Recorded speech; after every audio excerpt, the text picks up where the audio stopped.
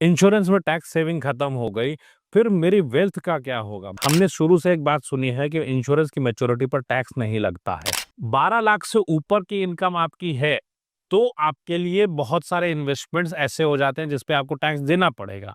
लेकिन अगर आपकी इनकम 12 लाख से नीचे है, लेस दैन 12 लैक्स है, तो फिर आपके लिए तो वैसे ही कोई भी इनकम हो वो टैक्स फ्री हो जाती है। तो इस साल की अगर मैं बात करूं तो लगभग सभी लोग एक बात कह रहे हैं कि टैक्स सेविंग तो खत्म।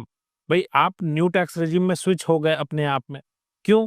भाई मैं अगर सारे जतन भिड़ाऊं, हमारे सामने दो तरह के टैक्स रेजिम है, एक है ओल्ड, दूसरा है न्यू। अगर टैक्स सेविंग करते हैं ओल्ड रेजिम में तो आप सिर्फ इतना टेस्ट करो कि आपकी टैक्स की लायबिलिटी कितनी आ रही है ओल्ड रेजिम में। और न्यू रेजिम में बिना कोई इन्वेस्टमेंट किए आप जो भी करते हो छोड़ दो, हर एक चीज को बिना कैलकुलेट किए सिर्फ आप टैक्स कैलकुलेट करा लीजिए कि आपका टैक्स कितना बनेगा न्यू रेजिम में। आपने इंश्योरेंस में किया, एफडी में किया, आपने पीएफ में किया, पीएफ में लोग कहते थे मेरा पैसा टैक्स फ्री हो गया, अब तो बहुत सारे लोगों के लिए वैसे ही टैक्स फ्री हो गया।